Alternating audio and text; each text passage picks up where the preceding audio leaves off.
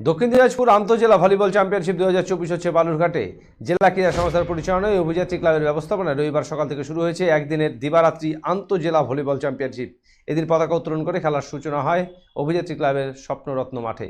এদিন জেলার বিভিন্ন প্রান্ত থেকে পুরুষ বিভাগে 10টি দল ও মহিলা বিভাগে 4টি দল এই টুর্নামেন্টে অংশগ্রহণ করেছে।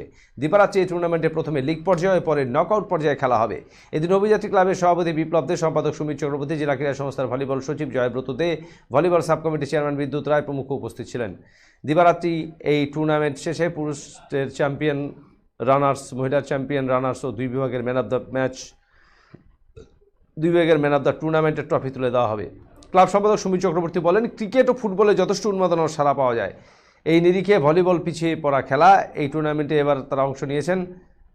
তাদের দেখে অন্য ক্লাব ভলিবল টুর্নামেন্টে আশা করি আয়োজন করবে। এইভাবে আগামীতে ভলিবলের পরিকাঠামো জেলায় তৈরি হবে বলে এদিন আশা প্রকাশ করেন তিনি।